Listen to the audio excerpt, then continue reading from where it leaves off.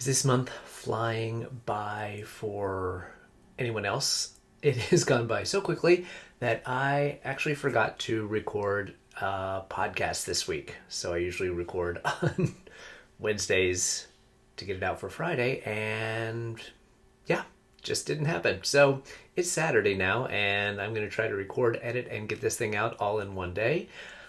Let's get started. I'll see you on the other side.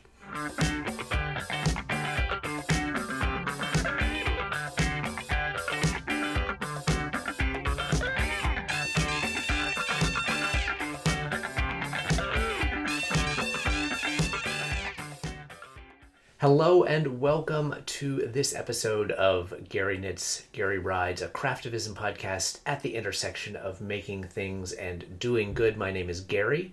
I am a knitter and a crocheter, and for the past 5 years, I have also been a cyclist and fundraiser for AIDS Lifecycle, a 7-day, 545-mile bike ride raising money for the life-saving work of the San Francisco AIDS Foundation and the Los Angeles LGBT Center. If this is your first time finding me, thank you so much for taking some time to spend it with me. And if you are a return viewer, thank you so much for coming back. As I mentioned, it has been a whirlwind. There just seems to be a ton of stuff going on, and somehow this week I just let recording the podcast slip by. So we're going to play a little bit of catch up today. We've got a lot of things to cover. You can find me on Instagram as Gary Knits, Gary Rides. You can also find me on Ravelry as Gary Knits and Rides. Hope everyone is having a wonderful holiday season. As I've mentioned in the past, we don't really do much for Christmas or any of the winter holidays, actually, and this year is even less festive around here. There's just a lot of things going on, and it's just been hard for us to kind of get into the Christmas spirit. But it's a little chilly here. I got a little cup of holiday-ish tea, so I'm going to try. Anyway, as I said, there's been a ton of stuff going on over the past couple weeks since I recorded last. One of the big things was we closed out the latest D-Stash for Good auction. I think everyone should be getting their things in the mail if they haven't already, and everyone should have sent out all of their items. Thank you all who donated yarn and who bid on yarn. It was very successful. We raised about $5,300 for AIDS Lifecycle.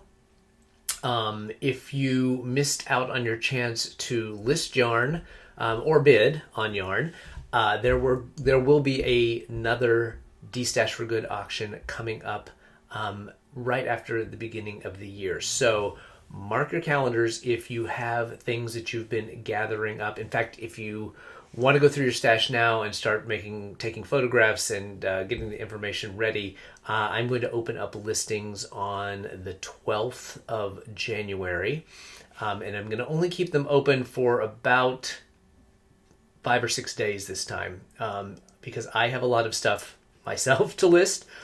I'm still going to try to keep it to 400 or so listings.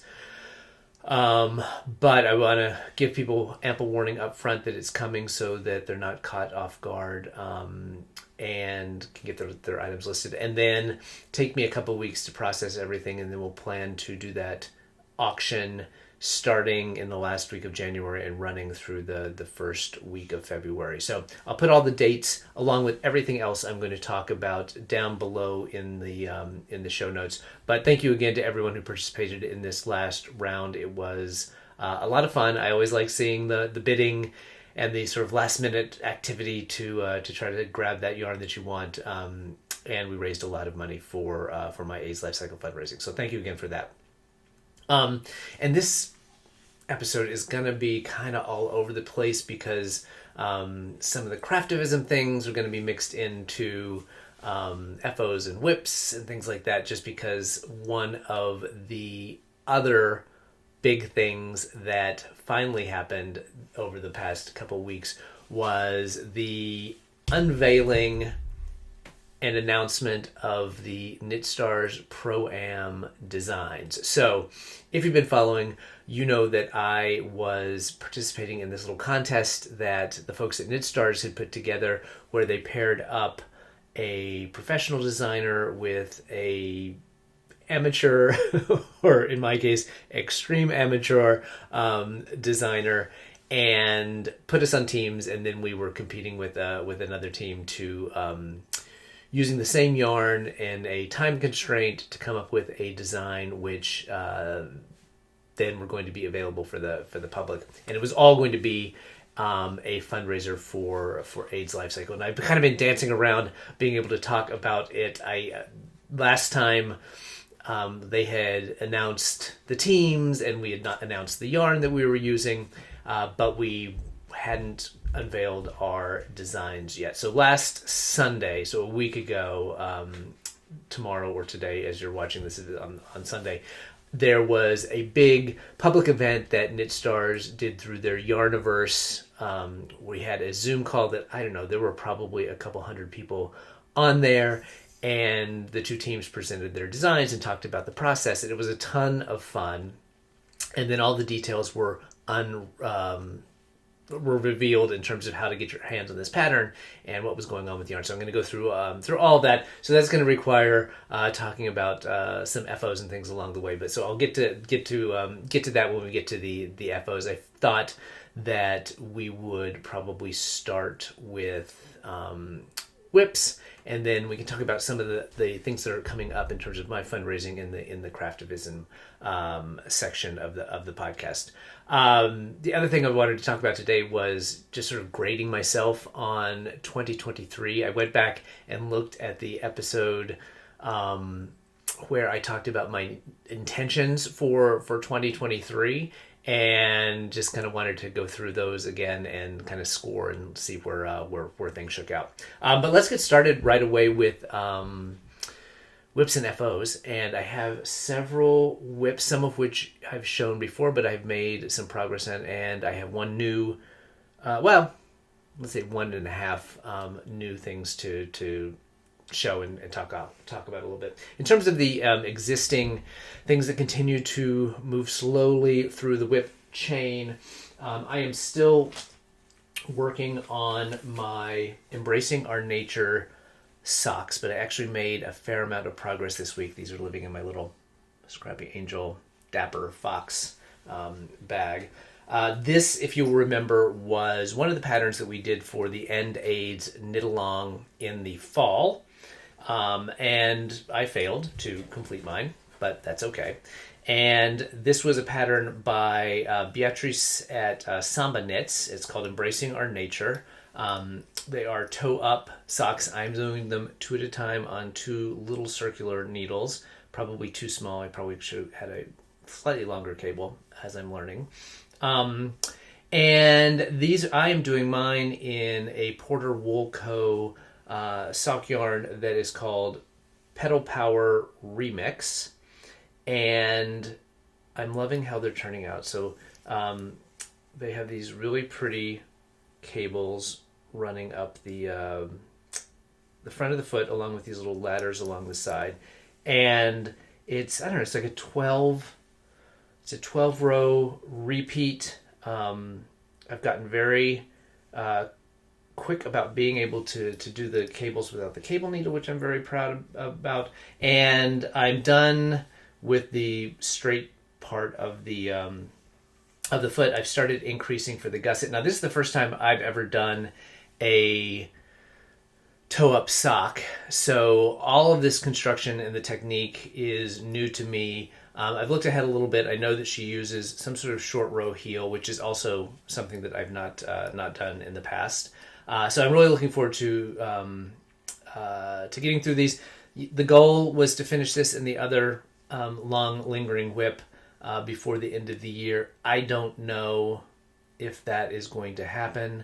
I've been gotten distracted by doing some other things for a down the road project, but I kind of need to do some work on it now, and we'll see. These I think and the other project have gotten to the point where they are now, at least probably until I finish the gusset. I'm about halfway through the gusset. These I can actually, I think, work on while watching TV now.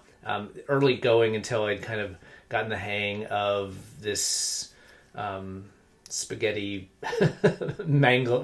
wrangling of these two needles and doing the cable pattern. It wasn't something I could do while I was doing something else, but now that I think I've got the cable pattern down, and kind of have, I don't want to say mastered, but gotten comfortable enough with this, the technique of these two needles, I think I could probably work on this while watching TV. So maybe we'll make some faster progress on these, and fingers crossed we can get them done by the end of the year. That would, as we'll get to when I talk about my 2023 intentions, that could move me from a B- to a B+ on one of my intentions. So those are the Embracing Our Nature socks by Samba Knits, Porter Woolco's Pedal Party remix on her on Caitlin's sock base.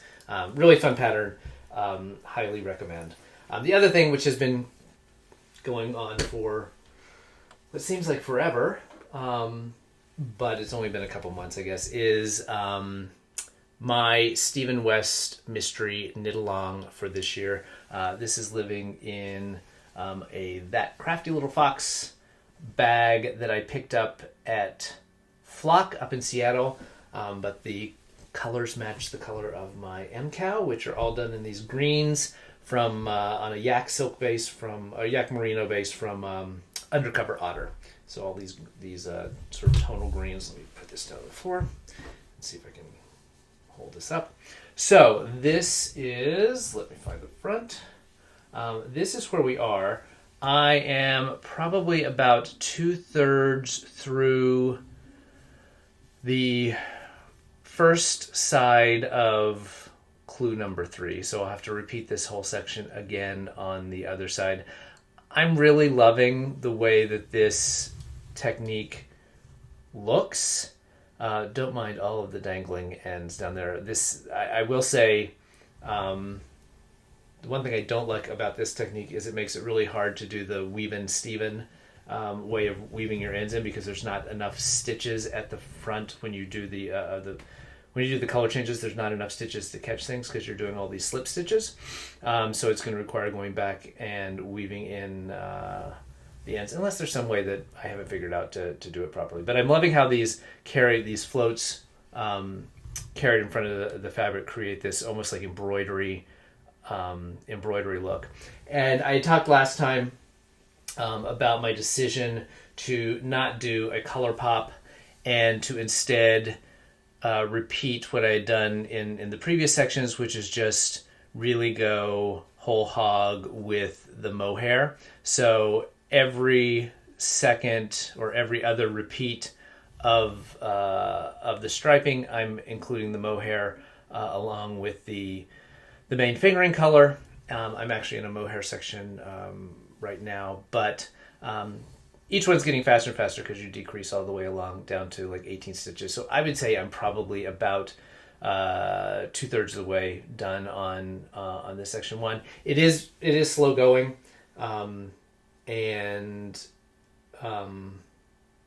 but it'll get done when it gets done. One thing I have to be mindful of is, it makes it really dense. All these carried floats make a really dense fabric, and I have to constantly kind of stretch things out a little bit because it does have a tendency to pull in. You can kind of see that on the edge there where the I-cord has pulled in a bit.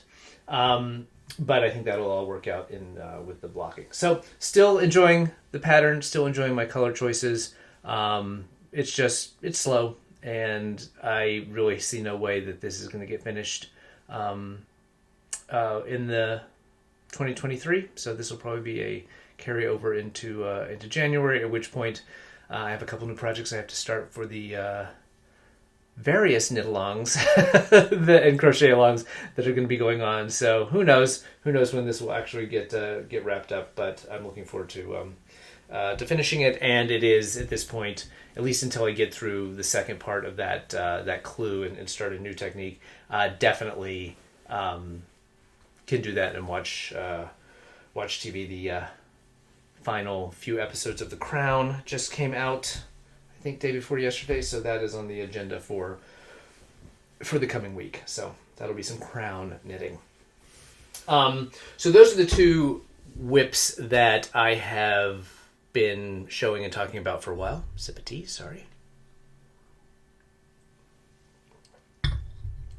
But I do have a couple of new things to show. The first is, pardon my reach, just a hat. While I can work on the MCAL and the socks seemingly while watching TV, I can't do those projects on a Zoom call. When we have our Tuesday evening Zooms that are sort of tied to the end aids, Knitalongs and Crochetalongs, I don't know, something about participating in the conversation makes that difficult. So this last week, my sister was in town and we were able to Zoom together, which was a lot of fun. So we sat here on the couch and Zoomed with the group on Tuesday evening, so that was fun. But right before we did, I said, I need to be working on something. All of my working on the Pro-Am, which is what I'd kind of been doing for the last month or so, that's all done now. I should probably just start a charity hat. So I actually took, this is Knit Picks Chroma Twist Bulky, I think is what it's called. And it's funny because it was the original swatch and yarn that I used when I first started working on the Knit Stars Pro-Am. Before we had even gotten the yarn from Knit Stars, I knew it was a bulky weight yarn, and this pattern, which I'm going to show you later, just sort of popped out of my one little stitch book that I had, and I started swatching it in the round because I thought, maybe we'll do a hat. And so I swatched it using this. We ended up using the stitch, but we did not do a hat at the end of the day.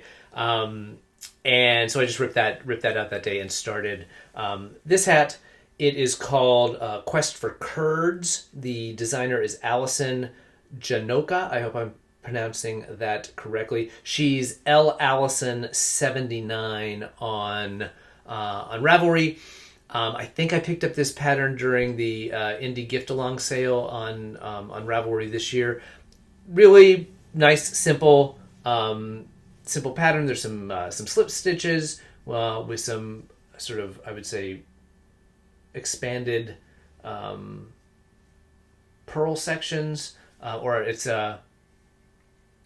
garter stitch because you're knitting every other row and then you purl every other row in the round. So this is one of those very slow color changing yarns, so it'll create this kind of ombre effect. But this will be a Knit the Rainbow hat at when I get it done. But it is a perfect pattern for me for kind of Zoom knitting because you kind of get into the rhythm. It's easy to sort of read where you are, and all you kind of have to remember is this a straight knitting row or is it a pattern row? And because it's chunky, it's going to work up really quickly. Foreshadowing, this is a stitch marker from Hello Lavender. This was part of the collection she did with Ken Yarn a couple years ago when he did his Mean Pearls selection. That's I think it's Cool Mom was the stitch marker. So that is Quest for Curds hat. That'll be a Knit the Rainbow hat. I got one package to go off to Knit the Rainbow this week, and that'll be a future one for the last one that I do this year, and then start collecting things over the spring and summer. Speaking of Knit the Rainbow, yesterday was the final day for submissions for the last round of prizes in my Knit the Rainbow's accessories drive. I had a ton of fun with this project this year. I've already had people ask if we're going to do it again next year, and I don't really see any reason why not. We had weekly raffles for folks who were posting pictures on Instagram, gave away a ton of gift cards to vendors who were negatively affected by woolen folk this year, so that felt good. And then I am this afternoon going to go through and look at the submission forms, which were all based on a scoring system, see who had the most points, and start to award those big prizes. Join me Monday at 3 p.m. on Instagram Live, and that will be the final Knit the Rainbow Accessories Drive Live that I'm doing, and I will announce all of the winners of the point-based prizes that came at the end. So I know we had a ton of items that were knit for Knit the Rainbow. Not everybody scored themselves and wanted to go through the bookkeeping that I had set up as a way to award those last rounds of prizes, but enough people did. So I know that we have more submissions than I actually have prizes to give away. So hopefully there won't be too many disappointed people in terms of not winning something. But you had plenty of opportunities along the way to win prizes. So I don't know exactly the total number of items that we donated in total to Knit the Rainbow. I know through the submissions there's well over 100, I think. And I bet there's another 50 to 100 more that were donated for folks who weren't keeping track for the prizes. So thank you all who participated in that. It's been great to see people learn more about Knit the Rainbow and their mission, and hopefully this will allow them to distribute a record number of items this year, and next year maybe expand into new places. So that's going to go to Knit the Rainbow. As is, let me see. Can we talk about FOs now? Sure. Let's talk about FA. Oh, one last kind of whip. Just a swatch. This is a secret project that I'm working on down the road, and so I've just started playing around and swatching with. Playing it with different textures and stuff. This is a bunch of different, not all, some slip stitch patterns, some knit below patterns, and just kind of to see, how that works on a self-striping sock yarn. This yarn is Tia's Terrific Threads. It's a DK. I thought it was fingering weight yarn, and I have been knitting on size 3s, which has created a pretty dense fabric, especially with some of these slip stitch patterns up at the top. Probably should have used a bigger needle, but this will all get ripped out eventually. I'm just kind of taking notes and kind of what works and what doesn't. It actually, on the screen, some of the slip stitch stuff up at the top. It's a little more interesting than it looks like in person, but it's been kind of fun just playing with patterns, and maybe at some point down the road you will see something that has come out of that. So that's the only other whip that I have going on. And in terms of FOs, I have one really big one, and then one couple smaller ones. One of them, and I was working on this last time, but I did finish. This is the Winter Oatmeal Hat by Erica Lofton, who is Evergreen Whimsy on Instagram. Really fun, chunky weight hat. I did this in 100 Ravens yarn, and it will also be going to Knit the Rainbow. But just a really quick, fast, neat, and very nice and tidy crown decreases on that. So love the way that was, and it'll be nice and cozy for someone. So that'll be going to Knit the Rainbow as well. So the big FOs that I have are the designs for the Knit Stars Pro-Am. So just as a bit of a backstory, I know I talked about it last time as well, but the two teams were myself and Louis Boria from Brooklyn Boy Knits, and Nina Macklin-Dayton and Melinda Lesko. And we each had access to yarn from Knit Stars, which was their Loops Luxe Chunky. It's a 70% royal alpaca, 30% silk. Listed as a chunky weight, we all treated it as an Aran weight, but it was a beautiful yarn to work with.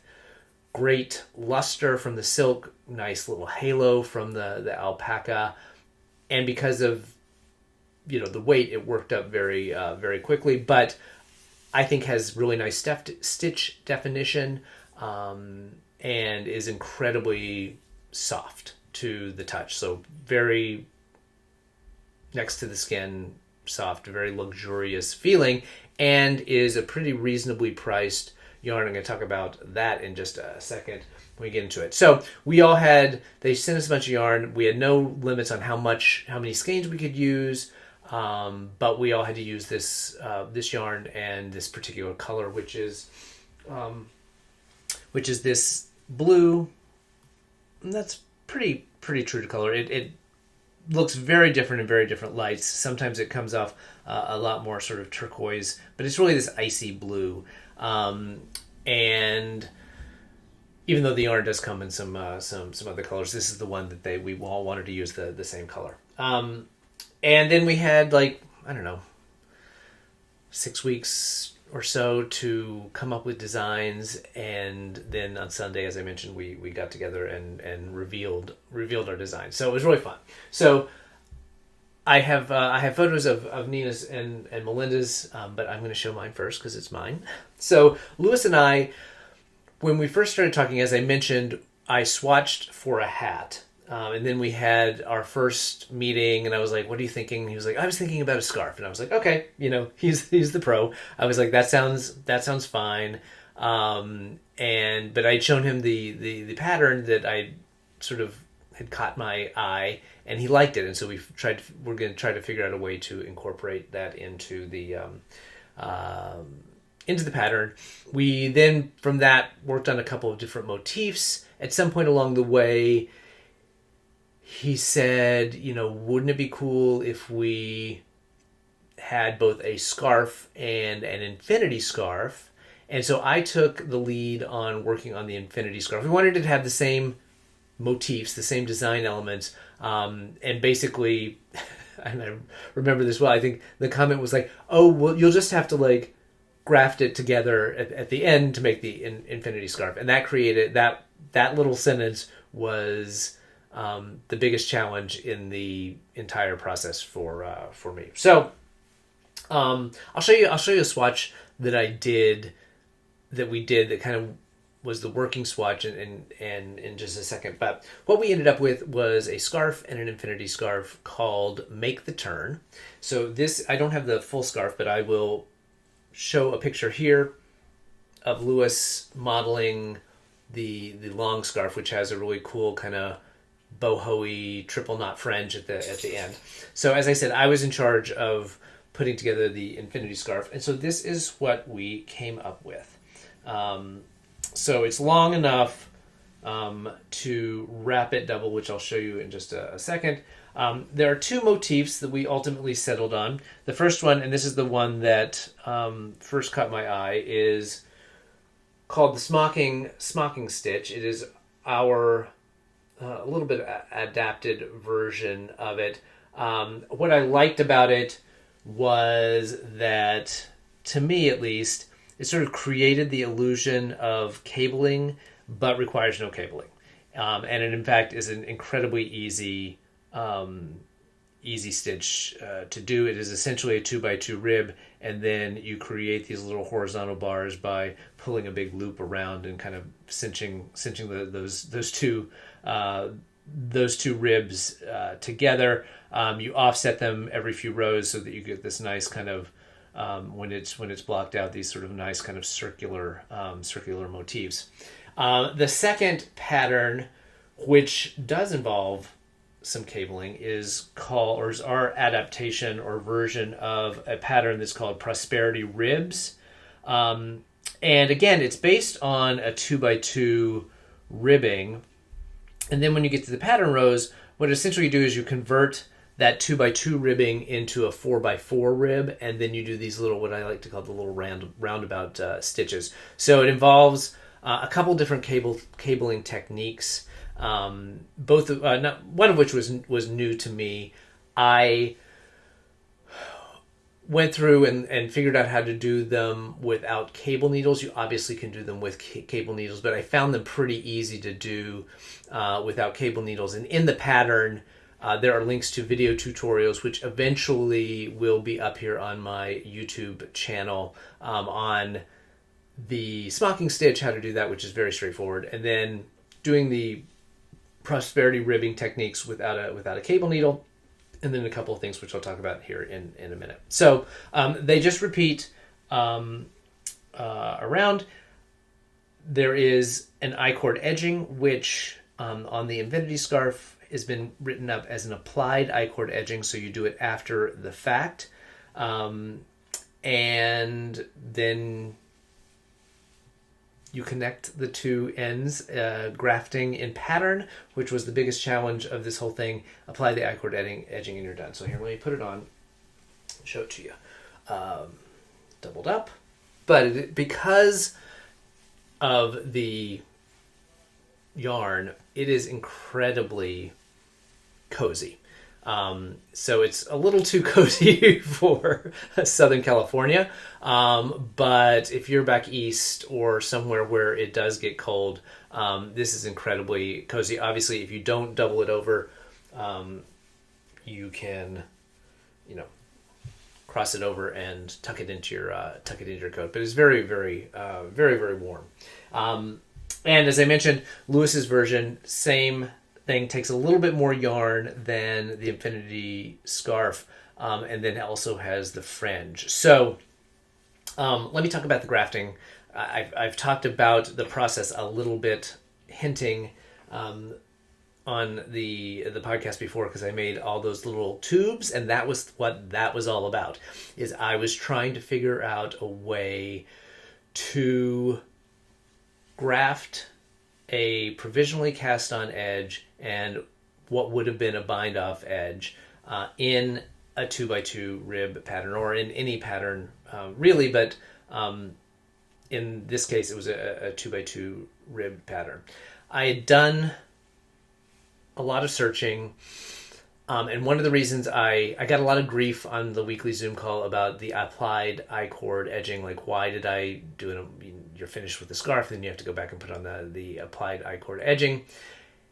I could only find one article written about grafting in pattern where you also have a built-in I-cord. So on Lewis's scarf, the I-cord is integrated, meaning it's the 3 stitches. You add 3 stitches to either edge of the fabric and do the I-cord. It's built in. You do an I-cord cast on and then I-cord bind off, and so you have the nice I-cord all the way around. As I said, I could only find one article. I think it was from Interweave magazine on grafting with an integrated I-cord edge in pattern, and I could never get it to work. And it was, to me, seemed very fiddly and complicated. It was hard enough for me to find a method of grafting in pattern that I can consistently do. Now, I know if I'd had the luxury of unlimited time, I think I would have been able to go back and really sort of try to sit down and figure out the philosophy, may not be the right word, but just understanding better the architecture of the stitches, because the issue is on your provisionally cast on edge, everything's kind of like shifted a little bit because you're not working, things don't line up exactly because you're basically building that connection with the graft.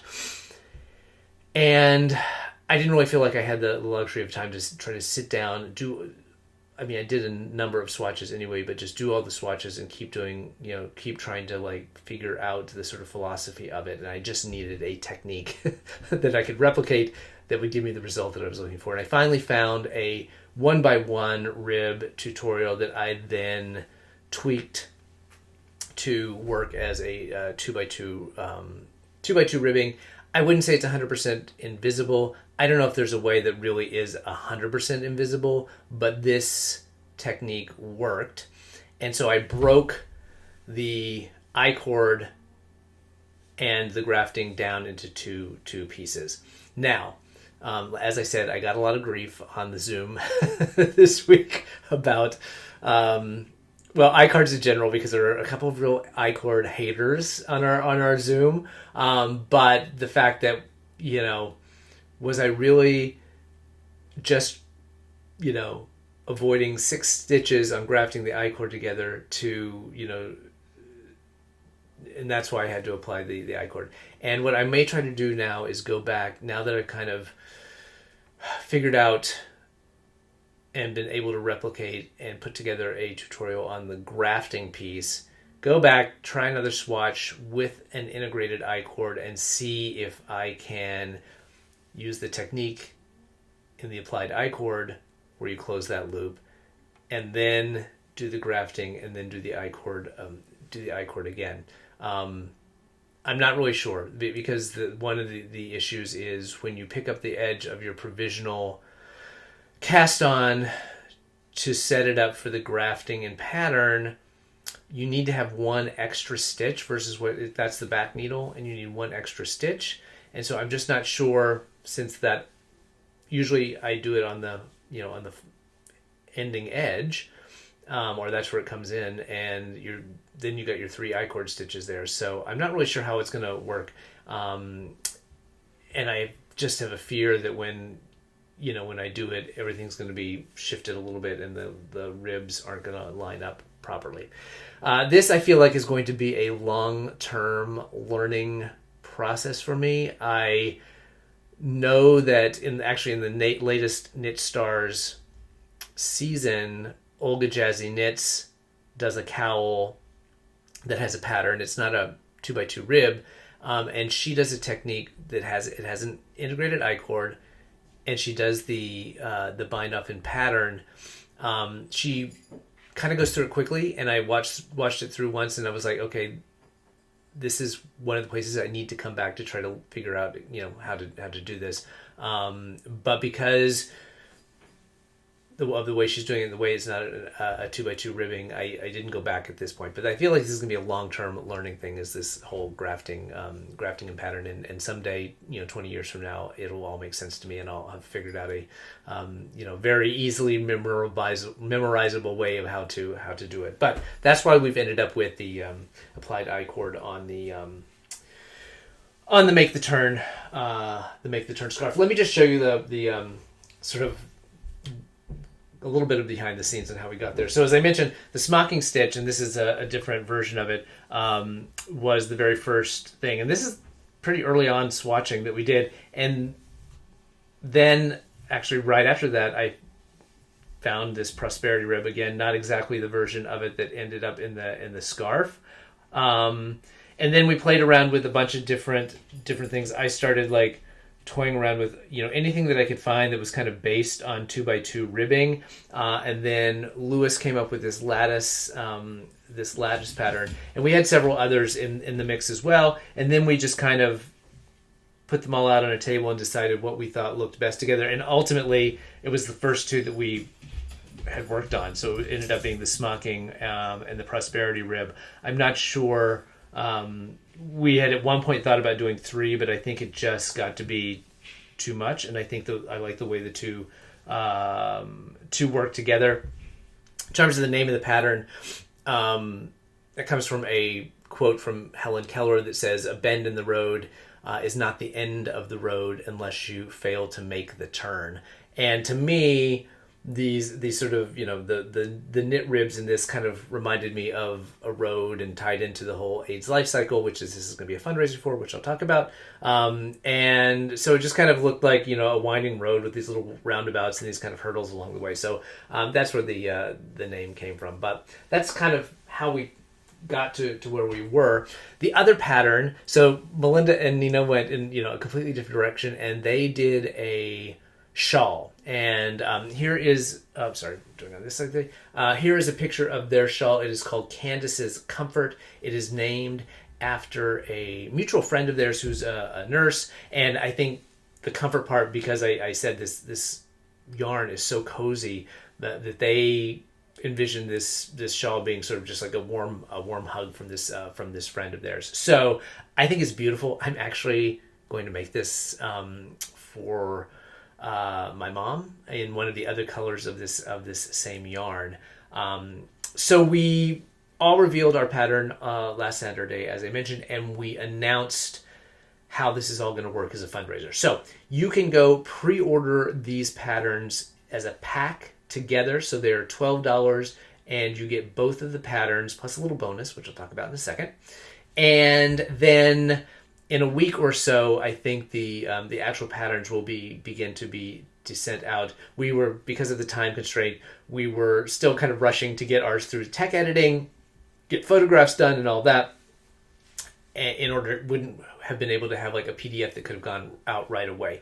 So 100% of the pattern sales during the period that involves the make-along. So from now until the end of the make-along, there's going to be a make-along, which I'll talk about in a second. 100% of those pattern sales are going to go directly to my AIDS Lifecycle fundraising. So that is huge gratitude to Nina and Melinda for signing on to donate the proceeds of that pattern, and also to Knit Stars for putting this whole thing together. But that is an incredible boost to my fundraising. So I'm hoping we can sell a bunch of these, and it will help me close the gap that I need to close in order to hit my $200,000 goal this year.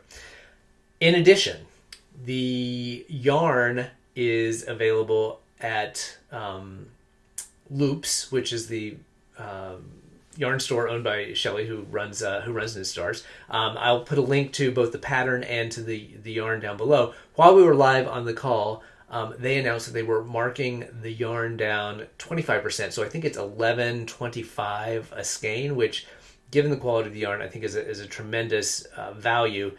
And 20% of all of the yarn sales of this Loops Luxe chunky yarn, regardless of the color, are going to be donated to my AIDS Lifecycle fundraising. So we are encouraging everyone to make both patterns and to buy all the yarn that you need.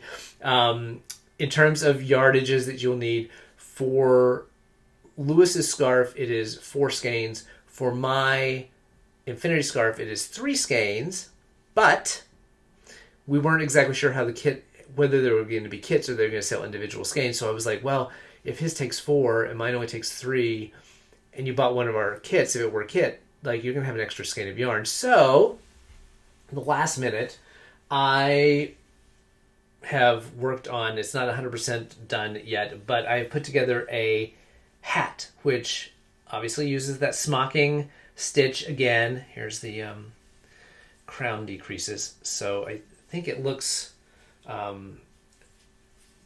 may try to figure out one way to grab one more smocking round in there. But I don't think to me it looks a little odd at the top, but I think when you put it on, it doesn't. And again, it's super cozy, but that takes less than a skein of yarn in this size. And I think I'm going to work on doing a slightly bigger size because I have a relatively small head.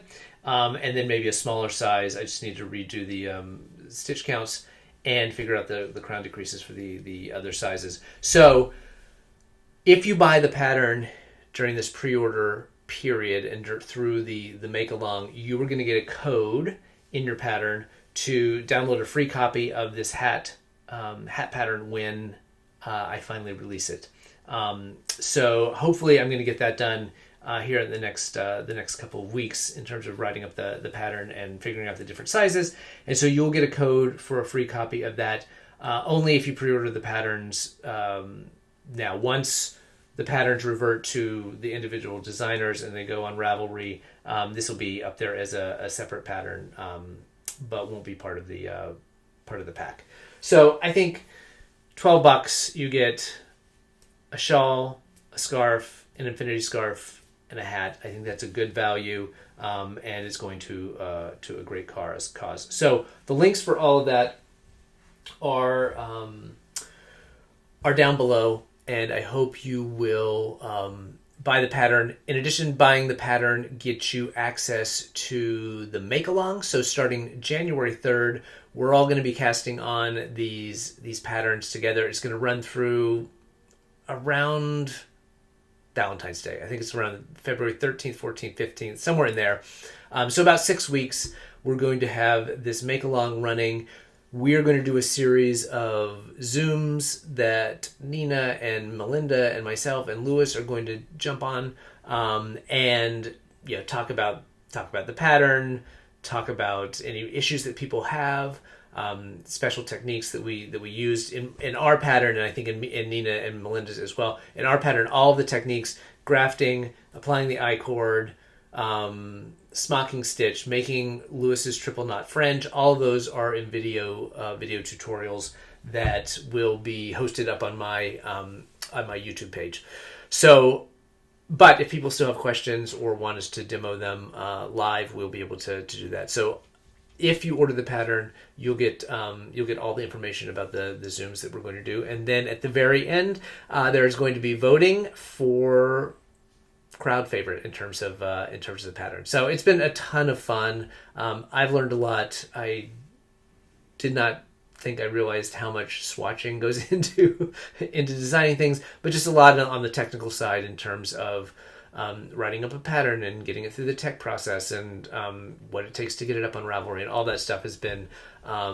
Lewis was incredibly helpful to me. So I had not been planning to have a pattern and a design this year. I thought that would come maybe next year after my writing is done. But I was very grateful for the opportunity, and to be able to do it and have it be a part of my fundraising has been tremendous. So that is the Make the Turn hat, or Make the Turn scarf and infinity scarf, the matching hat, which doesn't have a name yet. And that is my big FO for this episode. So with that, we can talk a little bit about acquisitions and heart mail.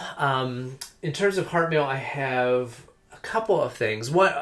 One is heart mail, one's a gift. So let me talk about the heart mail first. And as I mentioned, my sister was here when she went to, maybe it was the Frederick Fiber Fair.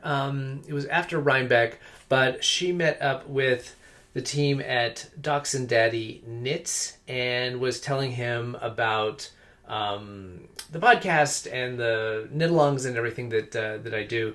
And he said he wanted to donate a skein of yarn as part of a giveaway. So we have this beautiful skein of his Yak Blend superwash sock in the colorway City Parkway. It is 15% yak, 65% merino, 20% nylon, 425 meters, 465 yards per 100 grams. It's absolutely beautiful in this sort of grays and greens, right up my alley. And there's his label, Dachshund Daddy Knits. You can find him at dachshunddaddyknits.com, and I will post his Instagram handle down below as well. But thank you very much. And this will go into the prize pile for the upcoming winter Knitalongs and Crochetalongs. The other one, which is not heart mail for a giveaway, but I participated in La Mercerie did a Secret Santa kind of sock. It was called a sock exchange because it was supposed to be for people who love to knit socks, and they collect everybody's names and a little bit about yourself, and then they pair you up with someone else, usually in your own country, because I think this is a global. Sorry, sip of tea. And then you introduce yourselves online and got to know each other, and then find out what you like and don't like and things like that, and then put together little packages to send out during the holiday season. So I did not get her permission to identify her on YouTube, so I won't, but I got paired with a lovely young woman in the Pacific Northwest who is a graduate student and also has done some cycling, so we had a lot of things in common, and so we sent each other packages, and so she sent me mine this last week, and so I thought I would show off what she sent me because I'm just very, very excited about it, because it's all new dyers and brands to me. So this one is from a dyer called Punk Rock Unicorn, which may be one of the best dyer names ever. This is 85% merino, 15% nylon. And the colorway is called Firecracker. And every time I see like one of these like super bright, fun variegateds, I always think this would be a great color for the contrast color of a brioche hat or something brioche, because I just love the way that plays with like a neutral. But I don't know where they're from. There's things written in German on here, but I don't know. I'll have to do some research on where Punk Rock Unicorn. I think she said she bought it in DC when she was at a academic conference. The other yarn she gave me was from a company called Abstract Fiber, and this is out of Portland. And this is their Mighty Sock Base, which is 50% superwash merino and 50% tencel. And I was so excited because I've been dying to try tencel. I don't know how. You can tell me in the comments if you've used a sock yarn for socks with tencel. I never think of making socks out of anything except merino and nylon. And I know that I always think that the nylon's there to make it elastic, but I know that nylon is really there for strength, that it's the ribbing that keeps it up.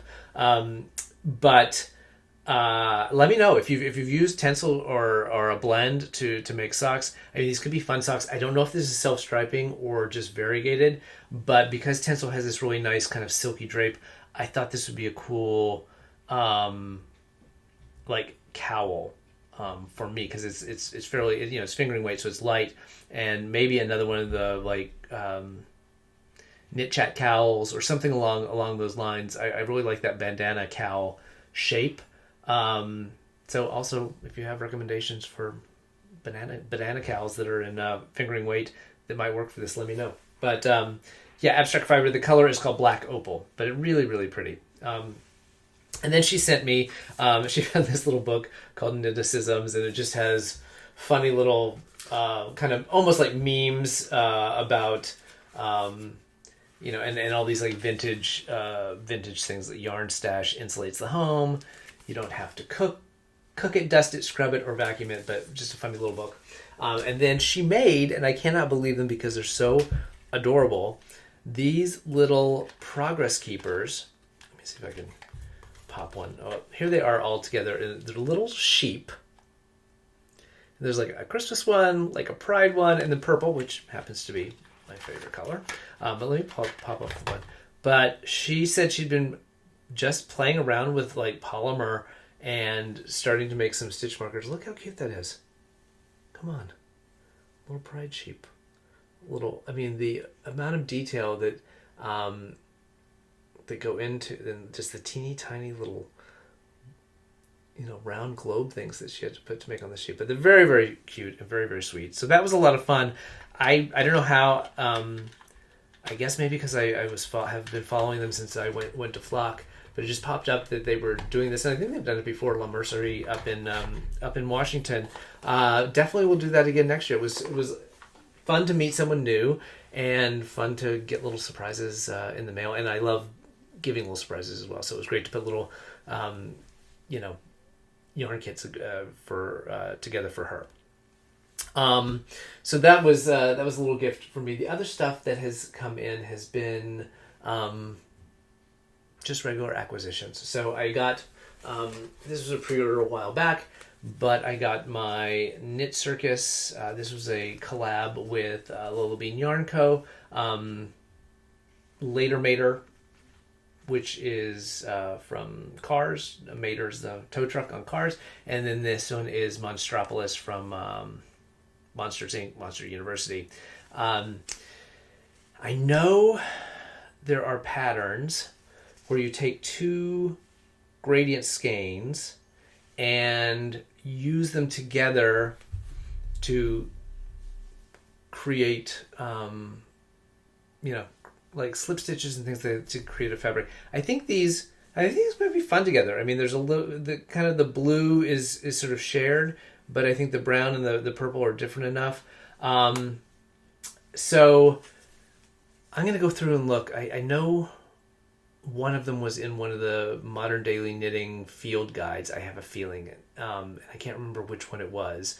but I'm going to go through. But if you have, this is fingering weight. Yes, fingering weight. So if you know of a pattern that does that, where you take two sort of contrasty gradients and kind of knit with them at the same time, and so the colors kind of like pass each other, let me know what it is, because I would love to put this in a little kit and have that for a future project. Speaking of the incredible detail that goes into this polymer clay work, I showed a Hello Lavender stitch marker before from the Mean Pearls collection, but I finally got my sets from Reshma at Hello Lavender from the collab that she did with Explorer Knits on Spain, so the Spain collection. And when I tell you, these are like artwork. Like, look at the detail. Oh, look at the detail while I dump it over out of the box. Had it all lined up so perfectly. But just the detail on each of these. So you've got paella and churros, and one is a reference to Gaudi. There's a little glass of sangria, Sagrada Familia, the stained glass here. But just look at those little roses. It's just incredible what she does. I know I always say I do not need another stitch marker, progress keeper, or whatever for the rest of my life. They are everywhere. In every place that I knit or crochet, there are dozens of them around. But every time Reshma comes out with a new collection, I'm just like, are you kidding me? I've got to have it. Luckily, I restrain myself most of the time. But these, because I love Spain and Barcelona in particular, I just decided I had to grab these. So these, this is the full set of the Sagrada Familia Progress Keeper, or these are stitch markers actually. So she does such amazing work, and I know they are pricey, but given how much like detail handwork goes into these, I think they're worth every penny. They're just beautiful, beautiful little works of art. So thank you, Hello Lavender, for another fabulous collection. And then the last thing I have, I mentioned that I swore I wasn't going to do an Advent, and then I did an Advent. So I had the Les Garçons. It is called the Frozen Forest Advent. I think it started on the 14th and I guess goes through the 25th. I haven't actually counted the little boxes or little packages, but here is the artwork. Max and Vincent do such a great job with all of the branding and artwork, but this is the sort of, I think, gives you a sense of the color vibe and the little character vibes. The first day, and I think this is always the case, is a little ornament using the artwork. And then, because we're only on day 3, I can only show you 3 things, but the full skein that came with it is this beautiful color called Frozen Forest, this sort of gray blue, just like, and this little guy, I don't know what he is, this little amorphous snowman, progress keeper. And then today's was a mini skein, and this is all on their BFL sock base, called the Snow Frostling. So maybe that's what that is. Maybe that's what he is called, as a Snow Frostling. But it's this kind of pale gray. So I know there's a pattern I should probably have maybe downloaded at this point. There is zero chance that this is going to get knit up probably before next holiday, just looking at my calendar ahead of time. So that's it on the acquisitions. I thought I'd spend a little bit of time talking about grading myself on 2023 intentions. I think I had 4 or 5 things that I had outlined that I had hoped to achieve, most of it crafting related, one of them not. First, well, let's go for successes first. I had a goal of knitting my first sweater, and I did that. Here's a picture of me in my Rhinebeck sweater. It is the Painting Honeycombs sweater by Stephen West that I knit up in Shibui Knits cashmere blend, and then the contrast color was from Fully Spun.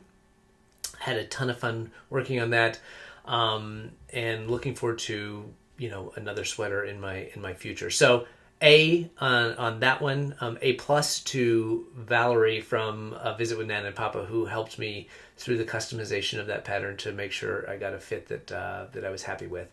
The other thing that I had talked about was wanting to become a more prolific sock knitter and to really hone in on my sock recipe in terms of technique and number of stitches and needle size, and sort of a recipe that I could always have where I could just grab a skein of sock yarn and go to town on knitting socks.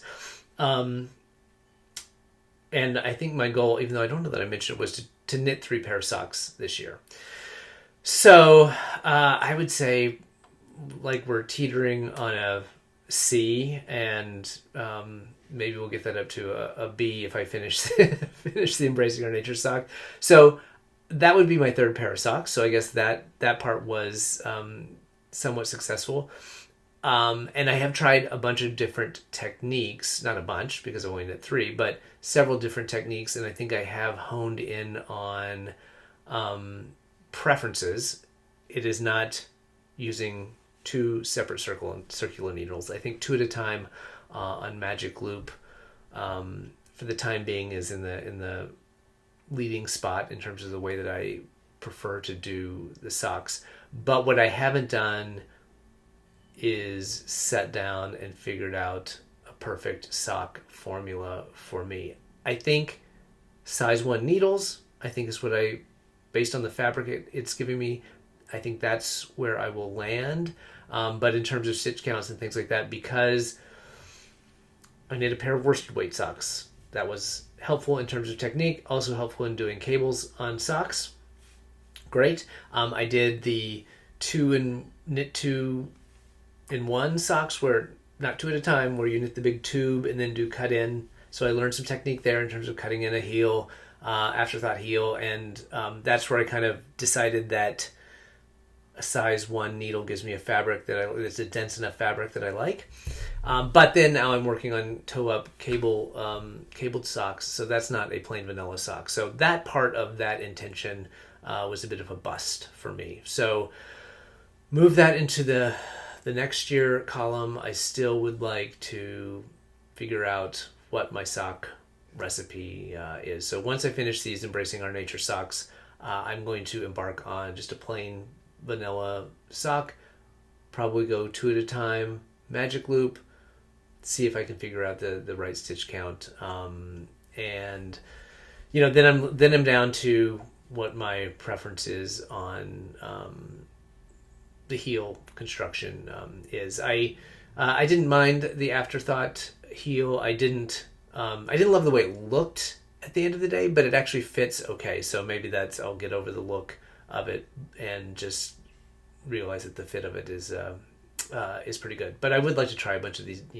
fish lips kiss or fish kiss lips or whatever it's called, a fleagle, all these different heels. I would like to try some of those along the way. But if I get my stitch count and sort of measurements figured out, that'll be a big step. So partial win on that one. Knitting from stash was another big intention for me this year. I said I wanted to end up with less yarn than I started with, and that has been a success. I'm probably down about 25 or 30 skeins. It's a challenge because I love buying yarn and I love going to fiber events and buying yarn. I love supporting indie dyers. But I have been able to knit more from stash, and through the D-Stash for Good auctions was able to go through late last year, maybe early this year, did a really hard look at the stash and picked out a bunch of stuff to get rid of. I'll probably do that again this year. I have so many things sort of kitted up. So picked a pattern, picked the yarn, put it in a separate area, and I still have, you know, a significant stash above and beyond that. So I have a feeling I'm going to go through again and say, like, really, you know, what are the chances of me using this in the next 3 or 4 years, and then try to sell some more of that during destash. But I'm going to try to continue my project of for the Knitalongs and Crochetalongs, knitting from stash as much as I can, and using yarn from the dyers who are participating as prizes going forward. So could have ended up with less, but I said that, you know, if I ended up with one less skein, then I was going to count that as a win. So if I ended up like 25 or 30 down, I feel that that's pretty good. The other intention that I had was reading related, and this was probably the biggest fail of the year. I said I wanted to read like 10 books, and I wanted 3 of them to come from this like collection of like classics behind me. And I may have gotten close to reading or listening to 10 books. I think it's probably more like 7, but only one of them came from back there. That was Little Women. I started Les Miserables, but when the biking ended, I did not pick that audiobook back up. So I am hopeful that, you know, in the next couple of weeks, because we don't have a ton going on around here for the holidays, that when I am just sitting and knitting on something that I don't need to think about it, rather than watch a podcast or turn on the TV, that maybe I can pop in that audiobook and make a little more headway into to Les Mis. So I will figure out what my reading intentions are for next year.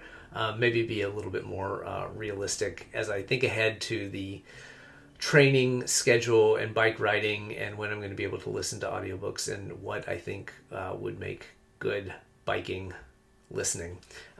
So that was it in terms of grading myself for 2023. Next episode, I'm going to go through my intentions for 2024. I'm starting to make a list, trying to really figure out what I think is achievable, because I've got a lot of things on my plate to wrap up this fundraising goal for AIDS Lifecycle. So there are some more secret projects in the works. I've got a lot of destash for good auctions that I'm going to try to cram in to raise as much money as possible. And, you know, especially in the first half of this year, I'm just not really sure how much time I'm going to have for knitting for myself that's not related to some of these other projects. So I'm going to try to be realistic about it, but I do have a couple of things that I really would like to get done. Oh, yeah, the other thing, that one of the intentions was the blankets. 2 out of 3, 66%. The one blanket, which is going to be this massive cable blanket that I've talked about before, I'd hoped to get that started this year, and it has not happened, and it's not going to happen. So my dear friend, who it is a belated housewarming gift for, is going to have to wait. Hopefully sometime in 24 that will reach her doorstep, but did not happen this year. So next time I will go through what my plans are for 2024. So just to wrap up on Craftivism, as I mentioned, it was kind of woven into a lot of the different things. I will mention again, please, if you can, go order the pre-order for the Knit Stars Pro-Am patterns. You get 4 patterns for $12, and 100% of that goes to my AIDS Lifecycle. Fun fact, if every single one of my Instagram followers bought a pattern pack, I would crush my fundraising goal for this year. I don't expect that to happen, but even if, you know, a fraction of the followers purchased a pattern, that would be incredible. The other thing I'll mention, and I didn't mention this up front where I normally would, is we have the Winter End AIDS Knitalongs and Crochetalongs starting January 1st. So the pre-orders have closed for the yarn, but you can still participate by using yarn from your stash. You just need to go to my coffee page and buy an entry ticket for $3. That gets you into all the giveaways, and then get the pattern. So on the crochet side, we are knitting the Dahlias and Honey shawl by Corinne, who is I Knit You Not on Instagram. Here is a photo of it. Two skein fingering weight project. From what I've heard, I've not done it, but one of my testers did it and said it was a ton of fun to work on. I'm going to be making one of those in a Lowell Bean Yarn Co. I think it's or merino silk. I think it's merino silk. Also for my mom. My mom's getting very lucky this spring. And then on the knitting side, we have Bascule, which is a gorgeous 2-color hat and mitt set. So you can either make the tam, which is shown here, or a beanie. They're both included in the pattern, as well as a pair of fingerless mitts. Again, fingering weight yarn, 1 skein of each color, and you'll be able to make one version of the hat as well as the mitts. I'm really looking forward to that. I did a little bit of color work on a hat recently, and just after that cowl that we did in the fall knit-along, I've just really fallen in love with stranded color work, and so I'm excited to be able to work on another project, even if I know that I'm going to be starting both of these projects and the shawl from the Knit Stars Pro-Am all at the same time, and not sure which one is actually going to get finished by the end of the knit-along. But as I've said about my other whips, they will get finished when they get finished. There's just a lot of things going on behind the scenes that are taking away from my knitting time. So that's what I would focus on for my Craftivism section this week. The entry tickets go directly to my AIDS Lifecycle fundraising, as do the pattern sales and yarn sales from the Knit Stars Pro-Am. There wasn't a lot that came across my transom this week in terms of other opportunities out there. I think everyone's really busy on the holidays.